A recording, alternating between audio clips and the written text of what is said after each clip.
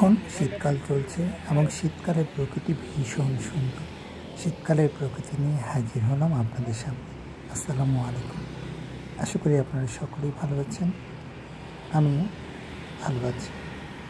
দোয়া করবেন আমার জন্য, মহান আল্লাহ তাআলা আমার সকল আশা বাসনা পূরণ করে। তো শীতের রুক্ষতা যেরকম আছে, হয়তো আমার জীবনেও সেই রুক্ষতা বইছে। দোয়া করবেন শীত শেষে বসন্ত যেমন নতুন পাতা গজায়, আমার জীবনে শীতে যেন সেরকম হয়। তো শীতের প্রকৃতি, এই রুক্ষতারও একটা সৌন্দর্য আছে। হয়তো সেই সৌন্দর্যের খোঁজে বেরিয়েছিলাম প্রকৃতির মাঝে। সেই প্রকৃতিকে ভাবলাম একা কেন উপভোগ করব, আপনাদেরকেও সেই প্রকৃতির কিছু চিত্র তুলে ধরি। সেই প্রচেষ্টায় আপনাদের সামনে এলাম আমি। দেখুন, এটা বিকেল সন্ধ্যের আগে এই মুহূর্তটুকু।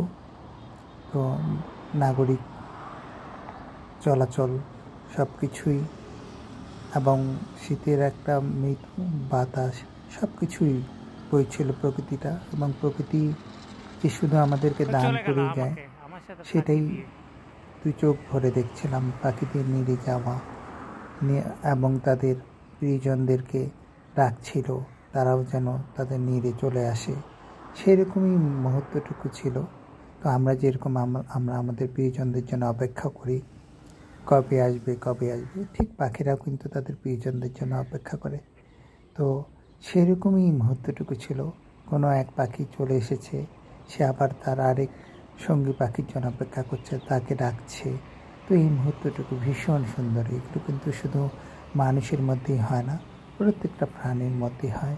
এদিকে আবার এই যে লেকটা দেখছেন, লেকের ধারে প্রতিচ্ছবি গাছগুলো, সেগুলো ভীষণ সুন্দর। আসলেই প্রকৃতি অনেক সুন্দর এবং প্রার্থনা করব আপনাদের সকলের জীবন প্রকৃতির মতোই সৌন্দর্যে সৌন্দর্যিত হোক।